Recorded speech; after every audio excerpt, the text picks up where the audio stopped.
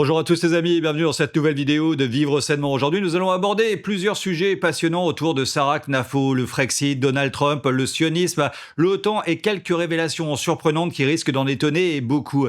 Avec ma dernière vidéo sur Sarah Knafo, je savais que j'allais en choquer beaucoup d'entre vous et que grand nombre ne comprendraient pas ma démarche. Aujourd'hui, je vous invite à un voyage dans les coulisses d'un théâtre d'ombre que nous allons éclairer ensemble et je vous préviens, certains d'entre vous risquent de tomber de leur chaise. Je ne vais pas me faire que des amis avec cette vidéo, mais au final, l'important, c'est la vérité. Alors installez-vous confortablement, sortez les pop-corns et première partie, Sarah Knafo et le Frexit. Commençons de suite avec Florian Philippot. Joron et Sarah Knafo Didier, je pense qu'elles peuvent avoir parfois des paroles justes, mais qu'elles sont dans des partis qui ne défendent pas le Frexit, donc tout ça est vain, tout ça ne sert à rien. Voilà donc Florian Philippot affirme que Sarah Knafo ne défend pas du tout le Frexit. Alors écoutons l'accusé, j'ai nommé Sarah Knafo. En réfléchissant beaucoup, moi je me suis dit que finalement le Frexit, c'était un peu l'arme atomique, c'est-à-dire ce qu'on utilise en dernier ressort au moment où on a constaté que tout le reste était impossible. Je trouve qu'on se passerait d'une arme de négociation majeure si on disait dès le début « je veux être élu sur le Frexit ». On est la France, il faut prendre conscience de notre force. On n'est pas obligé de sortir pour obtenir ce qu'on veut. Ça, c'est ma conviction. Et je considère qu'on peut obtenir beaucoup, c'est-à-dire garder les avantages et essayer de gommer un à un les inconvénients. L'avenir dira si c'est naïf. Si on est vraiment souverain, il faut jamais hésiter à dire que la France est libre de participer ou pas à l'Union européenne. Et on ne se fera pas respecter si on dit aux autres nations « Ah mais pour nous c'est un dogme, ce sera toujours au sein de l'Union quoi qu'il arrive ». Et ça, je serai la première à accorder ce point aux Frexiteurs. Donc Sarah Knafo ne s'oppose pas du tout au Frexit, mais elle privilégie d'abord une stratégie visant à imposer la souveraineté de la France par la négociation et à construire une Europe des nations en opposition totale à un super État européen qui dicterait toutes ses lois aux pays membres comme à l'heure actuelle. Cependant, si ces négociations malheureusement échouaient et que les réformes nécessaires n'étaient pas obtenues, elle n'hésiterait pas, selon ses propres mots, à utiliser le Frexit comme solution ultime. Et Stanislas Rigaud de Reconquête le confirme également face à Florian Philippot. C'est pas un tabou le Frexit. Simplement, on pense qu'il y a encore des marges de manœuvre et on pense qu'on peut encore essayer, dans des rapports de force au sein du Parlement européen, au sein de ce système actuel, de faire changer les choses. On le voit, il y a des possibilités, il y a des pays qui s'en sortent mieux que la France, beaucoup mieux que la France, et c'est ce qu'on essaie de faire. Après, je ne vois pas pourquoi le Frexit sera un tabou dans ce pays. C'est vrai qu'on n'en parle presque pas, ou peu, mais en tout cas, nous, c'est pas notre option. Depuis le Brexit. Oui, ou plus en réalité, c'est plutôt ça, mais enfin. Ou moins. Mais ce n'est pas un tabou pour nous, mais on voit qu'il y a des pays qui s'en sortent beaucoup mieux que nous. Donc Florian Philippot, maintenant on le sait, Sarah Knafo ne rejette pas du tout l'idée du Frexit. Je rappelle aussi que Sarah Knafo siège au Parlement européen avec l'AfD de Alice Weidel qui veulent le Dexit, c'est-à-dire une sortie de l'Allemagne de l'Union européenne s'ils n'arrivaient pas à obtenir une Europe des nations eux aussi. Donc exactement sur la même longueur d'onde que Sarah Knafo et les autres partis de leur groupe parlementaire issus de Bulgarie et de Pologne. Et écoutons une remarque très intéressante du journaliste. Est-ce qu'il n'y a pas un vrai problème, c'est que les Français ne veulent pas du Frexit et que tout cumulé, tous les partis frexiteurs font 2% aux élections européennes. Il y a 36% des Français, il y a eu un sondage, bon, je sais pas ce qu'il vaut, enfin, en gros, 36% des Français qui veulent le Frexit, ce qui est loin d'être rien. Mais qui est loin de la majorité. C'est vrai. Bon, enfin, ça, vous savez, avant pour ceux qui ont connu comme moi le débat sur la Constitution européenne en 2005, eh bien, au début, les premiers sondages, c'était de 30-35 pour le non, et je parle de 3 mois avant, hein. Pas 3 ans avant, 3 mois avant. Il y a eu une campagne, voilà, exactement. Une campagne intelligente, ça a donné un non majoritaire. Ensuite, elle a été trahie, ça c'est autre chose. Mais bon, les gens ont voté non. Alors bon, en 2017, Florian Philippot était l'un des principaux stratèges de la campagne présidentielle de Marine Le Pen, axée notamment sur le Frexit. Et celle-ci s'est terminée avec seulement 33% des voix au second tour. Bien sûr, on peut évoquer plusieurs facteurs pour expliquer cet échec, notamment un débat clairement catastrophique face à Emmanuel Macron, ce qui est absolument indéniable. Cependant, il est raisonnable de penser que tous les électeurs favorables au Frexit ont soutenu Marine Le Pen à l'époque. Malgré cela, elle n'a obtenu que 33% des voix, un score qui correspond finalement au sondage que le journaliste évoquait d'environ 36% des gens favorables à un Frexit à l'heure actuelle, ce qui est encore malheureusement très loin de la majorité. Écoutons maintenant Jean Messia, l'une des figures emblématiques de Reconquête. Si tu dis avant l'élection que si tu es élu, tu vas sortir, tu seras jamais élu. Parce que tu as des forces économiques, et tu le sais très bien, qui vont s'exciter dans l'entre-deux tours. Et d'ailleurs, on avait déjà commencé à entrevoir ce phénomène. En 2017, nous étions dans le même parti à l'époque. Elle s'excite déjà. Oui, attends. Si tu dis, on va sortir de l'euro si je suis élu, tu vas avoir D'abord, le système en place ne fera rien pour éviter le désastre. Et il aura tout fait. Si tu ne le dis pas, tu sais très bien qu'il ne le fera pas, Jean. Et il aura tout fait de dire, regardez, ces gens-là sont même pas encore au pouvoir, c'est déjà le bordel. Je garantis. Et donc tu ne gagneras pas. Par contre, si tu y vas, t'as pas ça pour programme, et tu dis, je veux défendre l'intérêt de la France en l'état actuel de l'appartenance de la France aux institutions. Et après, tu vas à Bruxelles, tu dis par exemple, moi je veux plus de quotas de migrants chez moi. Bruxelles va te dire, bah t'as pas le droit de le faire. Bah tu vas dire, je vais le faire quand même. Qu'est-ce que tu vas faire? Qu'est-ce qu'il va faire? La Bruxelles, combien de divisions? Ah bon? L'euro, c'est pas une division? Ben alors, tu crois... Gérer tes banques, c'est pas une division? Tu crois vraiment? C'est beaucoup plus qu'une division. Ah oui, mais c'est un pouvoir monumental. Monumental quand tu t'appelles la Grèce, pas quand tu t'appelles la France. Non. Qu'est-ce qu'elle a fait, Madame Mélanie? Pas quand tu t'appelles la France. Non, l'Italie, c'est déjà pas mal. La contribution nette de la France au budget européen, c'est combien? 28 milliards et on récupère 13, donc on perd 15. On perd 15, tu leur dis, je supprime les 15, ils font quoi? Alors, je partage totalement l'avis de Jean Messia. La France, en tant que deuxième contributeur au budget de l'Union européenne, avec une participation de 22 milliards d'euros en 2024, possède d'immenses moyens de pression si elle était dirigée par de véritables souverainistes. Mais la France est encore entre les mains des européistes sous Macron, et ce gars et ses acolytes ne veulent en aucun cas la souveraineté de la France. Le vrai problème, il est là. Suivant. Si tu vas au contact et si tu imposes tes intérêts à travers le système... Donc tu vas dire à l'Allemagne... Tu gardes l'option... D'accord. Donc tu dis à l'Allemagne, on va changer le traité et je vais y mettre tout ce que je pense moi. Et l'Allemagne va dire, ah oui d'accord, on est d'accord. Non. Non mais enfin... Mais pourquoi? Qu'est-ce que fait l'Allemagne aujourd'hui? Les Français sont pas des enfants de 4 ans, ils vont pas croire à cette fable. Qu'est-ce que fait l'Allemagne aujourd'hui? Elle impose pas à tout le monde ses choix? Pourquoi le Mercosur, à ton avis, c'est pas pour les bagnoles allemandes? Et qu'est-ce qu'on a dit, nous? Est-ce qu'on s'est aplati ou pas? Bah voilà, pourquoi l'Allemagne peut le faire et pas nous? Enfin. Ah voilà. Non, mais tout. Non, je suis pas d'accord avec toi. Mais si. Non. Si, pourquoi est-ce que l'Allemagne pourrait imposer sa vision de l'Union européenne? Parce qu'il y a des questions de rapport de force. Mais parce qu'il y a des questions de rapport de force. Il y a pas de force de l'autre côté. C'est la question des rapports de force. Il n'y a pas de rapport de force. Quelle est la force de l'autre côté? S'il vous plaît. Qu'est-ce que la France n'exerce pas? S'il vous plaît. Aujourd'hui, qui a la bombe atomique en Europe? Il y a que la France. Alors bon, la bombe atomique, c'est évidemment une boutade. Il est vrai néanmoins que la France reste quand même la première puissance militaire d'Europe. Cela dit, il ne s'agit pas ici de réfléchir à s'imposer par la guerre. Par contre, ce que dit Jean Messia est vrai. L'Allemagne impose son rapport de force et gagne, car en face, la France ne montre absolument aucune résistance, aucune position réelle pour sauver ses propres intérêts et perd toute sa souveraineté. Et on va réécouter maintenant Florian Philippot sur Sarah Knafo. Joron et Sarah Knafo Didier, je pense qu'elles peuvent avoir parfois des paroles justes, mais qu'elles sont dans des partis qui ne défendent pas le Frexit, donc tout ça est vain. Tout ça ne sert à rien. Voilà, c'est tout. J'ai rien à dire personnellement contre elles. Je dis simplement que, parfois elles ne votent pas bien, parce que, par exemple, elles n'ont pas voté contre la résolution dingue au Parlement européen qui demande aux Géorgiens de revoter. Il n'y a aucun eurodéputé français qui a voté contre cette résolution. C'est inadmissible. Aucun n'a voté non plus, et aucune, contre la résolution, enfin le règlement européen DSA de censure. Bon.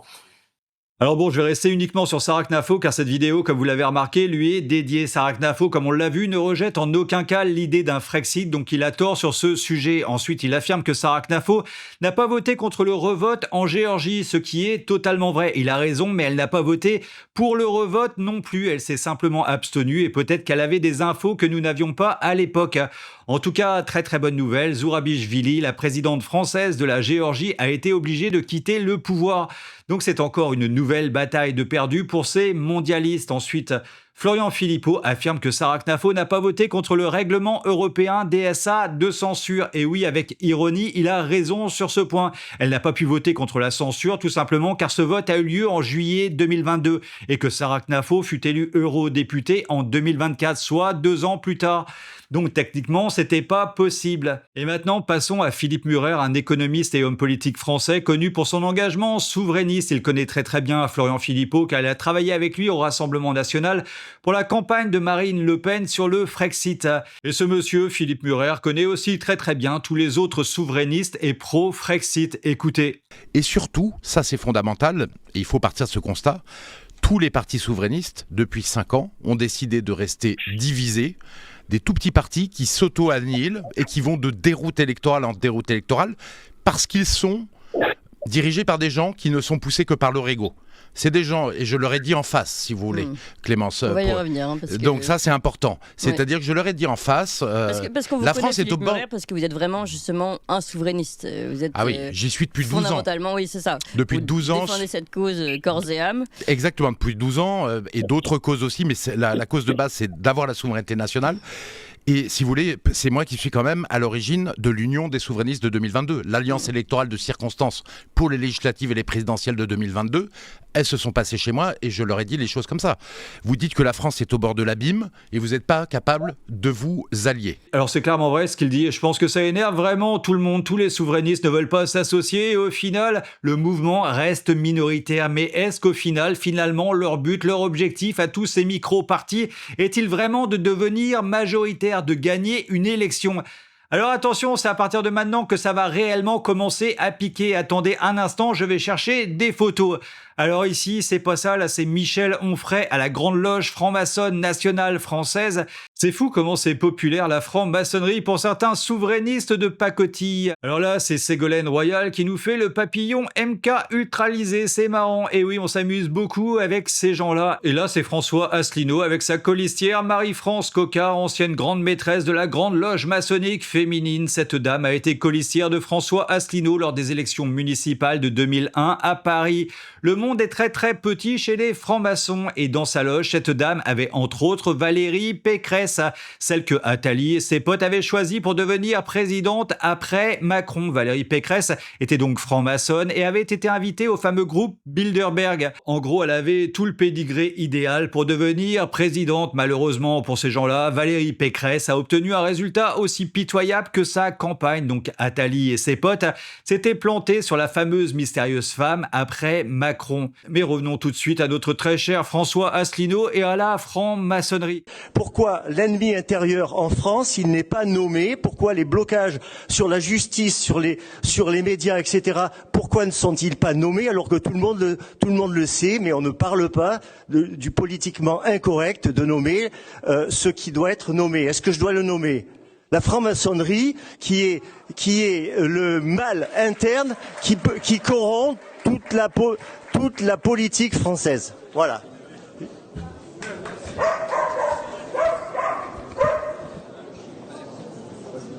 Allez. Non mais il faut faire très très vite.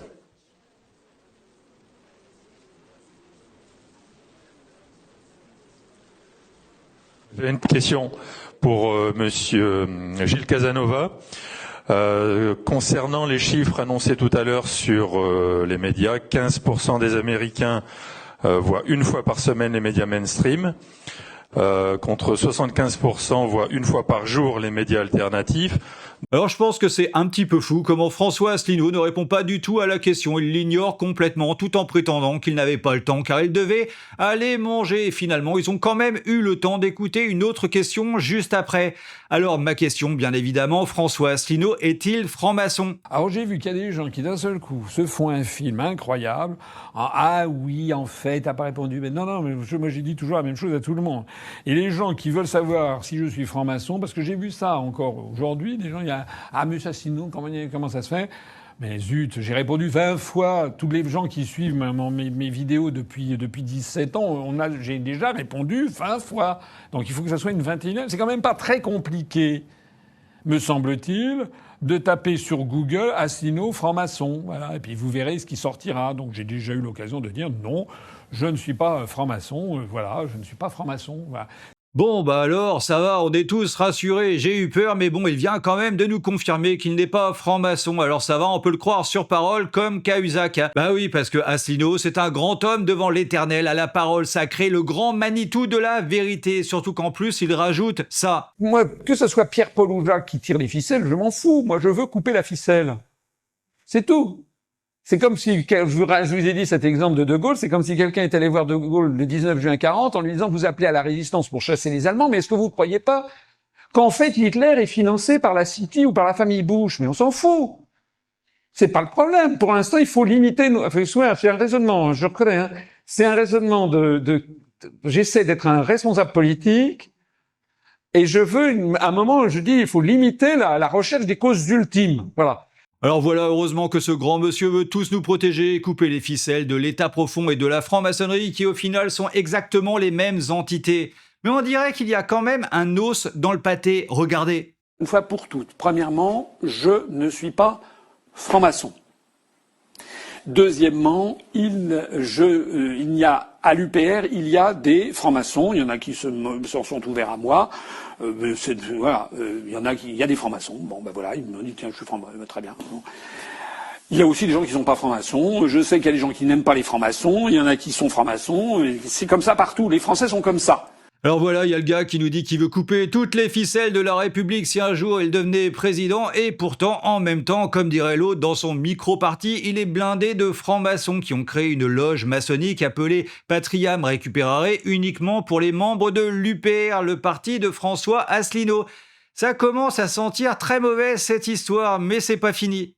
Comparez, imaginez, faites un effort d'abstraction, imaginez par exemple que le prochain président de la République, il ait à négocier avec Vladimir Poutine, avec Xi Jinping, avec Donald Trump. Qui c'est que vous voyez en face le mieux, celui qui défendrait le mieux les intérêts de la France, qui aurait l'expérience historique, la connaissance des dossiers, la connaissance du monde international, les connaissances économiques, financières, industrielles, etc.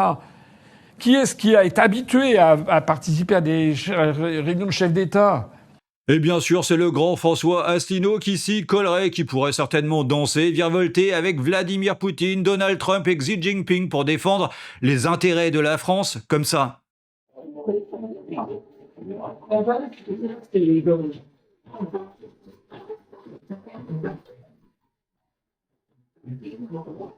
C'est l'œil bienveillant du général de Gaulle.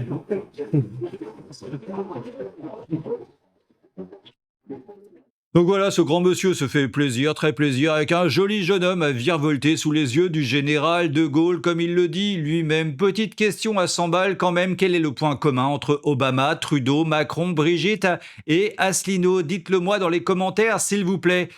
Et vous vous souvenez aussi de François Asselineau pendant la période Covid parler des vaccins? Non? Alors, regardez. Oui, alors d'abord, moi ce que je ferais aujourd'hui en tout cas, c'est que déjà j'autoriserais tous les vaccins. Il n'est pas normal qu'il y ait des vaccins, je pense au vaccin chinois, qui est fait selon la méthode traditionnelle du virus désactivé et qui soit interdit alors que des centaines de millions de personnes ont été vaccinées. Alors, rien à ajouter sur le sujet, je pense que tout le monde aura compris. Et je peux vous dire qu'on va encore parler de François Asselineau dans cette vidéo. Pour l'instant, revenons sur Philippe Murer, le souverainiste qui essaye d'unir tous les souverainistes.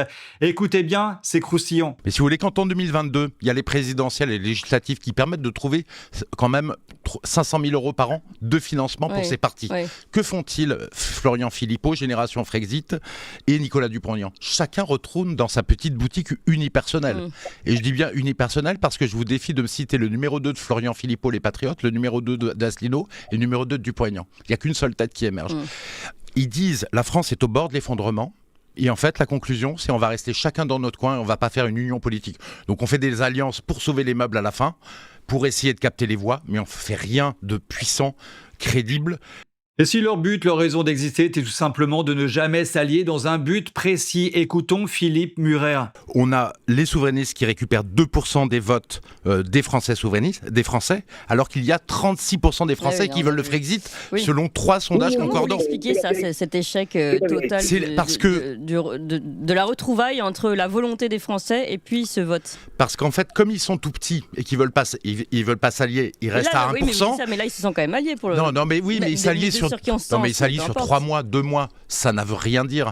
Si vous voulez, pour passer dans les médias, il faut au moins peser 3%.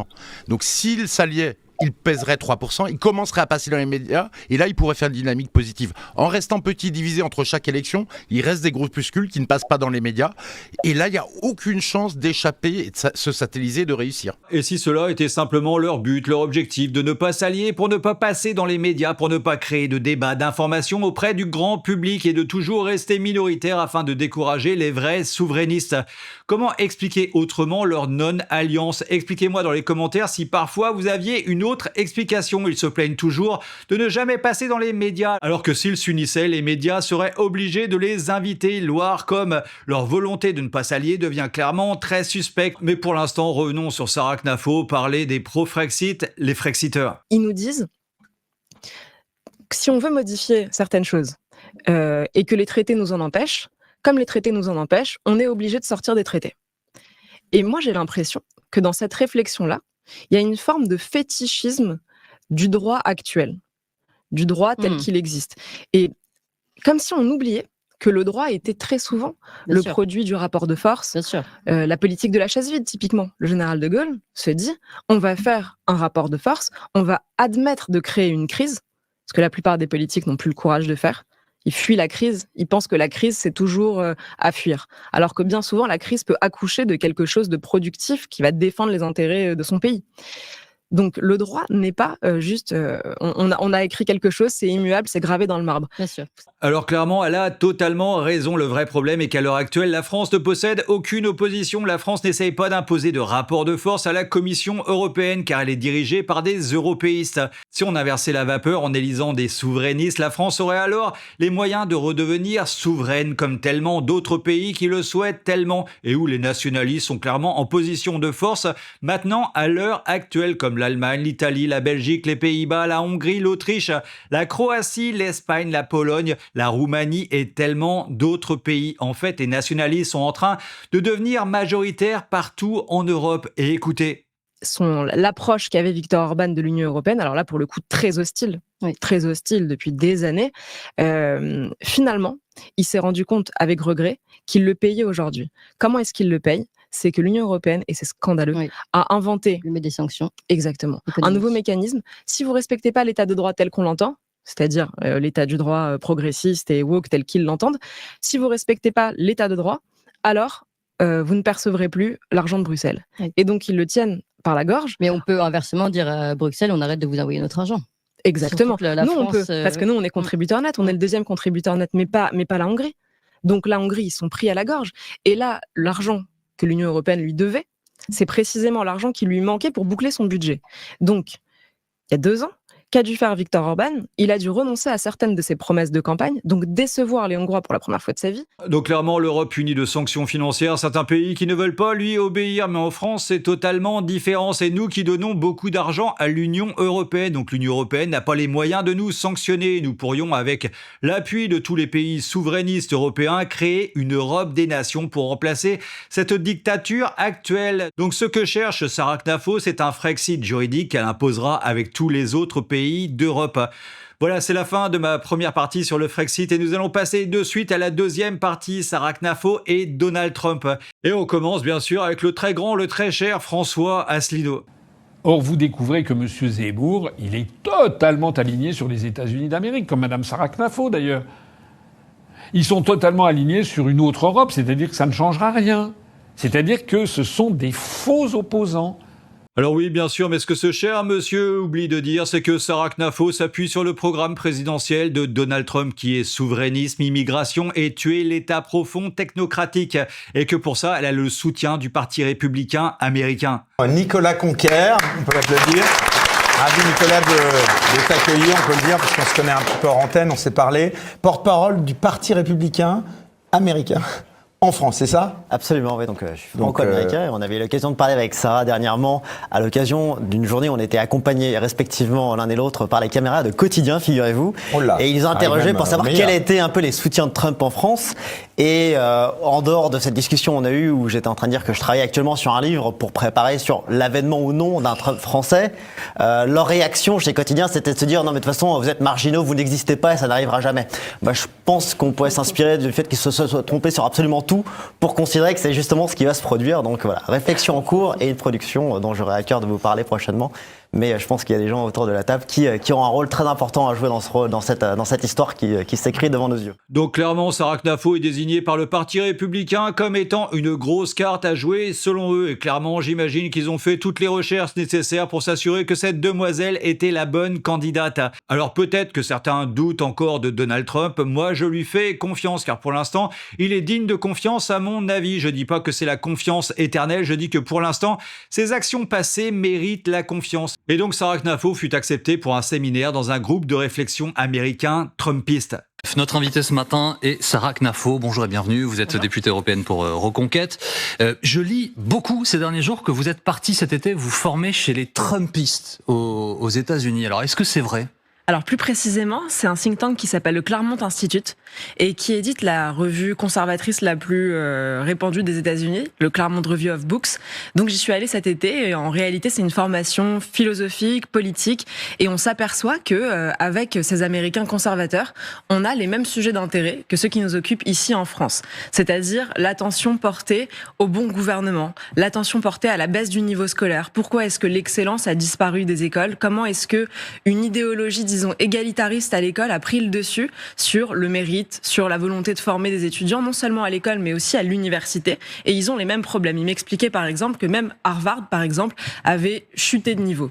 Les mêmes problématiques d'identité nationale, des questions très fortes sur qu'est-ce qu'être américain. Et on s'aperçoit aussi qu'en France, chez nous, on se pose la même question. Qu'est-ce qu'être français, finalement? Donc certains pourraient dire oui, mais elle s'y est invitée toute seule, c'est juste de la publicité qu'elle se fait sur le dos de Donald Trump. Alors non, le Claremont Institute est très conservateur et étroitement lié à Donald Trump. Autant dire qu'ils font des recherches sur les candidats. Il faut avoir le bon pédigré. Les séminaires demandent des lettres de motivation, des références et surtout, élément essentiel, que vous correspondiez à leur profil. Donc c'est pas juste un séminaire pour qui veut s'inscrire, mais un séminaire pour qui est accepté par le Claremont Institute. Et pour tous ceux qui disaient qu'elle n'avait jamais rencontré Donald Trump, alors écoutez. Est-ce que vous avez déjà échangé avec Donald Trump? Est-ce qu'il vous connaît? Est-ce qu'il connaît? Si on lui dit Sarah Knafo, est-ce qu'il vous connaît? Je sais pas, mais en tout cas, je pense qu'il connaît Éric Zemmour, qu'il connaît Reconquête. Je sais pas s'il a retenu mon nom, c'est possible. En tout cas, il sait qu'il y avait une députée européenne qui était la seule française à être présente à Miami, puis aux États-Unis pour sa victoire. J'ai échangé avec lui quand on était à Miami. Je vous dis, on était très peu nombreux, on était un groupe de 150. Quand vous êtes dit quoi? Je lui ai dit que j'étais la seule Française à le soutenir. Il m'a dit merci beaucoup, il est content, c'est un homme qui aime la France, donc il m'a répondu des banalités sur Paris, la France, son amour de la France. Ouais, donc clairement, c'était pas le grand débat avec lui, ou en tout cas, c'est tout ce que l'on en saura pour l'instant. Et donc, leur rencontre, c'était lors de la commémoration des attentats du 7 octobre en Israël.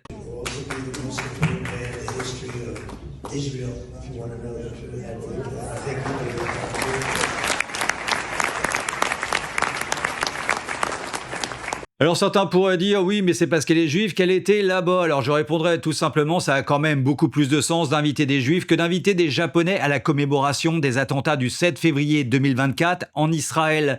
Et pour terminer cette partie Donald Trump-Sarah Knafo, je rappelle qu'elle est également invitée à l'investiture de Donald Trump le 20 janvier prochain. Sachez qu'Éric Zemmour et Sarah Knafo seront invités par Donald Trump pour la cérémonie d'investiture le 20 janvier. Et regardez, ça passe aussi sur BFM TV avec plein d'éléments croustillants. On reste aux États-Unis, on va parler de l'investiture de Donald Trump. Il y a des Français invités, hein. Ouais. Éric Zemmour.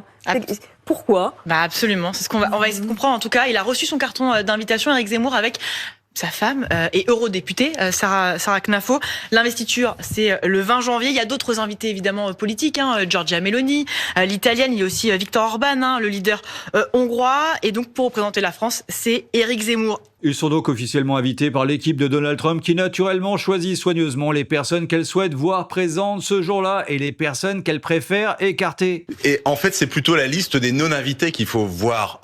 Sarah Knafo, elle a participé non, assisté plutôt à plusieurs moments de la campagne de Donald Trump. Elle s'est aussi invitée dans certains rassemblements, j'ai plus envie de dire républicains, mais vraiment MAGA, Make America Great Again, vraiment les Trumpistes. Si je vous fais la liste des non-invités, vous avez donc le président de la République, qui n'est pas invité, Emmanuel Macron. Vous auriez le Jean-Noël Barrot, le ministre des Affaires étrangères, qui n'est pas invité. Et puis, quelqu'un qui avait pourtant vu la Trump Tower de près, Marine Le Pen. Et ça provoque un certain embarras dans les rangs du Rassemblement national. Ils attendent toujours, comme vous, Ashley, votre carton d'invitation. Oui, ça, c'était pas très... Ouais, donc ça c'est dit, fin de la deuxième partie, Sarah Knafo et Donald Trump pour ouvrir la troisième partie, Sarah Knafo, Zemmour, sionisme.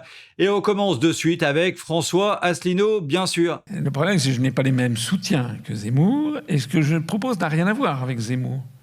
Parce que Zemmour ne propose pas de sortir de l'UE, ni de l'euro, ni de l'OTAN. Zemmour propose de tout faire pour qu'il y ait une guerre civile en France, parce qu'il n'a aucune solution à part jeter de l'huile sur le feu, tous les jours jeter de l'huile sur le feu, pour qu'au bout du compte, les Français se disent finalement, la France est dans la même situation qu'Israël. Il le dit maintenant. Zemmour est un agent du Likoud, c'est tout. Voilà. Et qui le dit à part moi? Toute la classe politique le sait.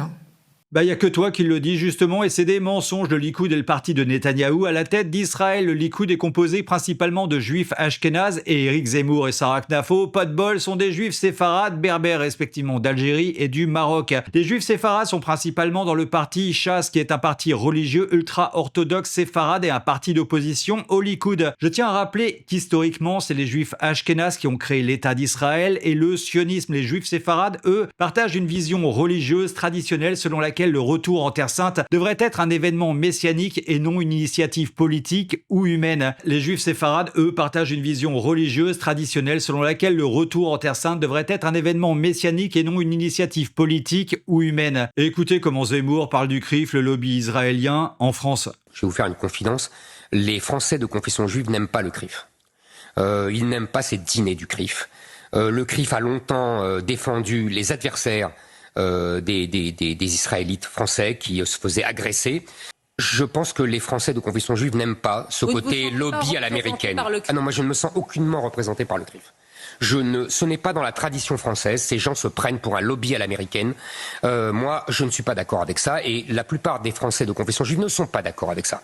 Ils veulent être des Français, ils ne veulent pas jouer au lobby à l'américaine. Alors voilà, le message est clair et je pense que pour tous ceux qui diraient que c'est une déclaration de circonstance, alors je peux vous dire que non, j'ai même retrouvé Éric Zemmour avec des cheveux il y a très très longtemps à l'époque qui parlait du CRIF en ces termes. Leur dîner annuel en une conférence sur le Moyen-Orient. Ils servent de relais des autorités israéliennes auprès des gouvernements français. Ils somment ceux-ci, parfois impérieusement, de s'aligner sur les positions du gouvernement de Jérusalem.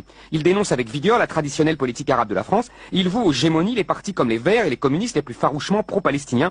Ils interdisent à un ambassadeur israélien de rencontrer Marine Le Pen. Vous voulez dire, Eric, que le CRIF a tendance à mélanger, voire à confondre israélites et israéliens? Oui, le CRIF parle et agit comme s'il était le porte-parole d'une communauté qui ne l'a pas mandaté pour cela et qui ne le reconnaît nullement comme son porte-voix. Depuis des années, le CRIF est pris par la tentation américaine du lobby, qui influence, négocie, menace, sanctionne. Voilà, donc clairement, ça fait très longtemps qu'il ne porte pas le CRIF dans son cœur. Alors juste pour préciser, le CRIF fut créé et dirigé par des juifs ashkénazes, comme le parti du Likoud, qui dirige Israël. Et je rappelle encore que Éric Zemmour et Sarah Knafo sont des juifs séfarades, ce qui est très différent. Alors attention quand même, petite précision, je dis pas que tous les juifs ashkénazes sont mauvais, faut pas faire l'amalgame. J'explique juste l'histoire pour démontrer que Éric Zemmour ne fait pas partie du Likoud, comme l'affirme Asselineau.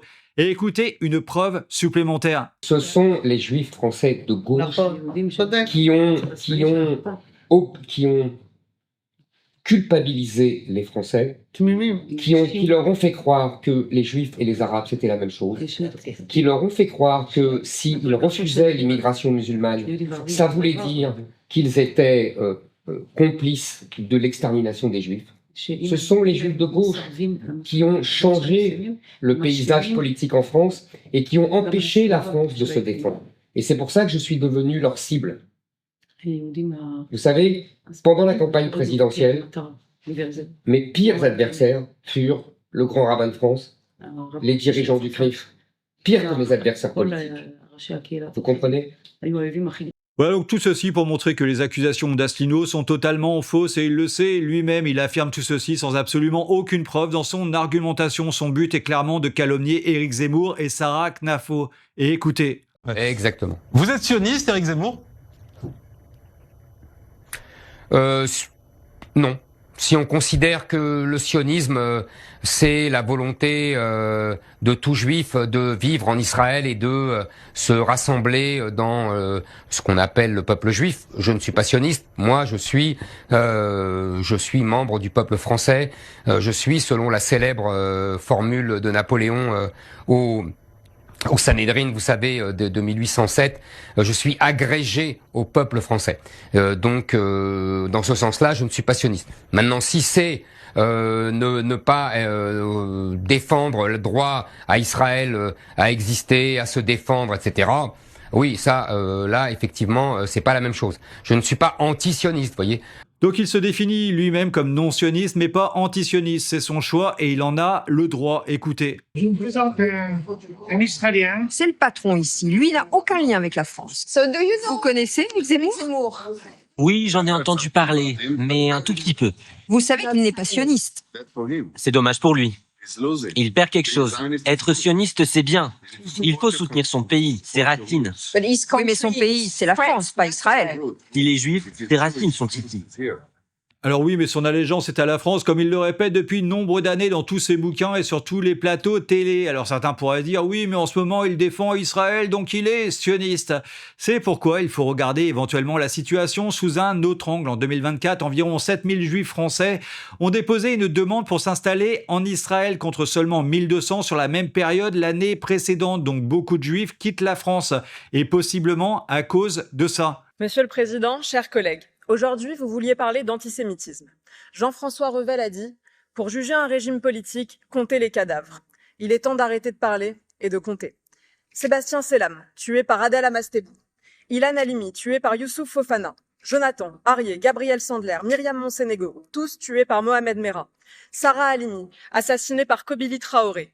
Jérémy Cohen, battu à mort par toute une bande. Mireille Knoll, tué par Yassine Mioub. La liste est encore longue. Des juifs morts parce que juifs sur le sol de France et par la main d'assassins que la France avait elle-même accueillis. Alors les juifs s'en vont. Et quelle tristesse de voir tant de gens qui aiment l'Europe la quitter, quand tant de gens qui la détestent y arrivent chaque année. Cette fois dans l'histoire, les coupables ne sont pas à ma droite, mais à ma gauche. Et ça ne m'étonne pas que Rima Hassan ne soit pas dans l'hémicycle lorsqu'on parle d'antisémitisme. Oui, c'est vous. Vous qui accueillez des antisémites et qui vous plaignez de la montée de l'antisémitisme. Vous qui n'admettez pas qu'islamisme rime avec antisémitisme. Et c'est une petite fille de juif du Maroc venue se réfugier en France qui vous le dit.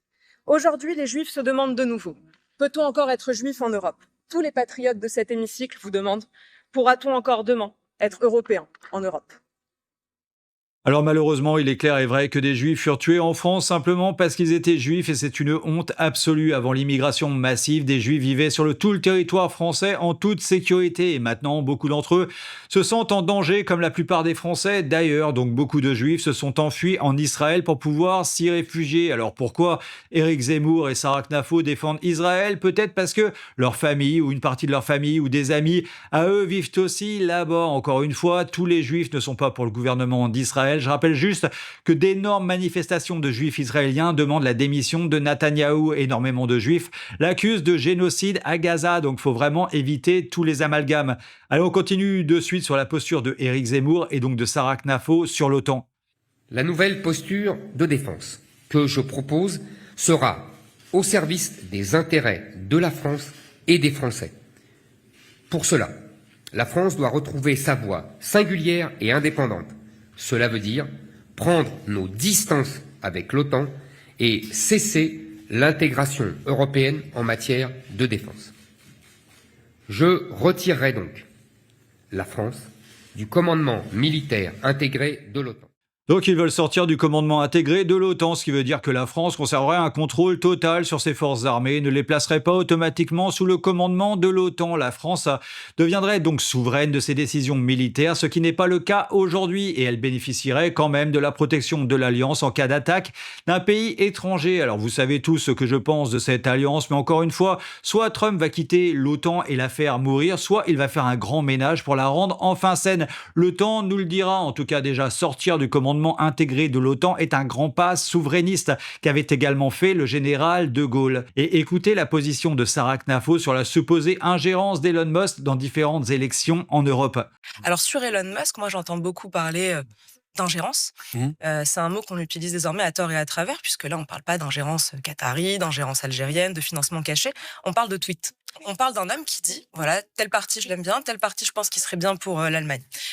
Ça vous gêne pas ça? Alors moi je me souviens, je vais vous répondre, de Barack Obama qui soutenait Emmanuel Macron pour sa campagne en 2017.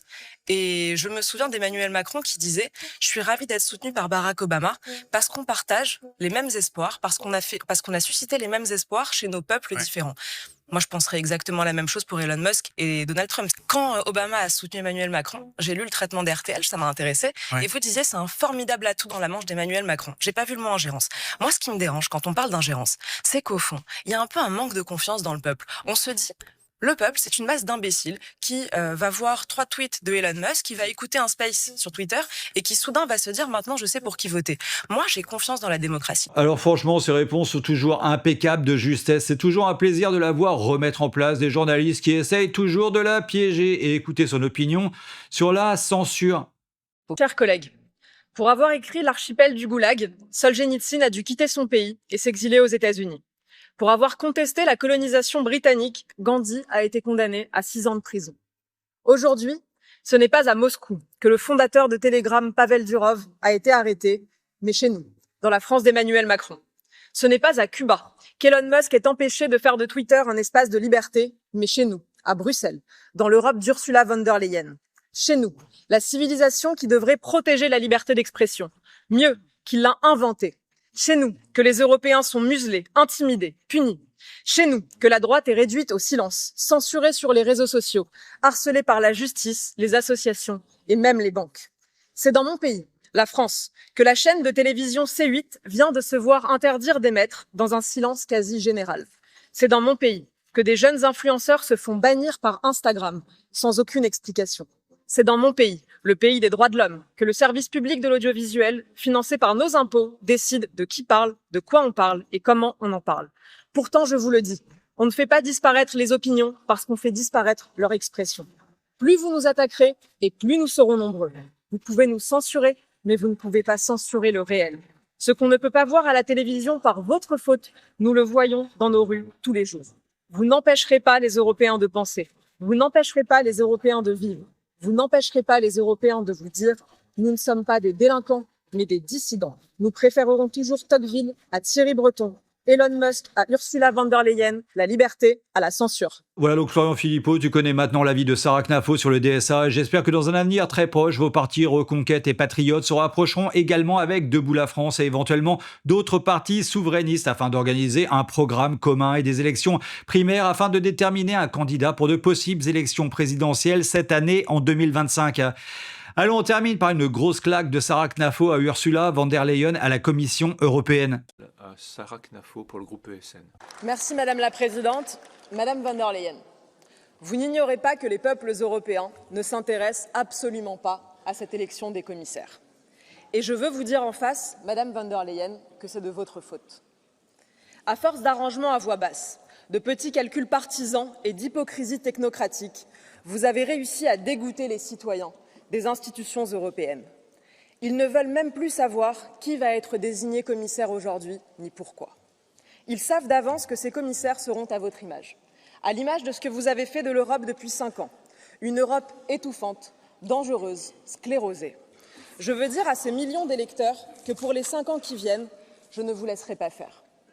Vous ne ferez pas de notre continent un espace sans intérêt et sans âme, où vos caprices technocratiques font la loi et dictent la morale. Avec tous ceux de cette Assemblée qui sont attachés à la vérité et à la liberté, nous briserons le silence qui règne dans votre institution.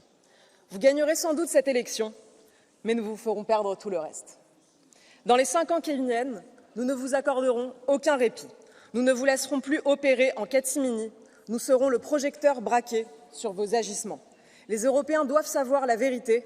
Ils en ont envie, ils en ont besoin et ils y ont droit. Merci à vous. Alors autant dire qu'elle est toujours percutante et ses intentions sont claires, nettes et précises pour qui veut les voir. J'espère seulement que votre opinion sur Sarah Knafo pourra changer après cette vidéo. Dites-le moi dans les commentaires ci-dessous. J'ai essayé de répondre au mieux à certaines des peurs, des questionnements sur elle que j'ai vus dans les commentaires de ma vidéo précédente sur des sujets comme le Frexit, l'OTAN ou le sionisme éventuel de Sarah Knafo. J'ai aussi essayé de détruire par de vraies preuves dans cette vidéo les accusations mensongères portées sur elle par de soi-disant piliers de la résistance. Je vous invite également à regarder entièrement ma dernière vidéo sur elle pour juger véritablement ce qu'elle dit et propose vraiment plutôt que d'écouter les calomnies de faux opposants sur elle. Voilà, cette vidéo est terminée pour aujourd'hui. Je vous aime très très fort les amis et à très bientôt pour une prochaine capsule sur Vivre sainement.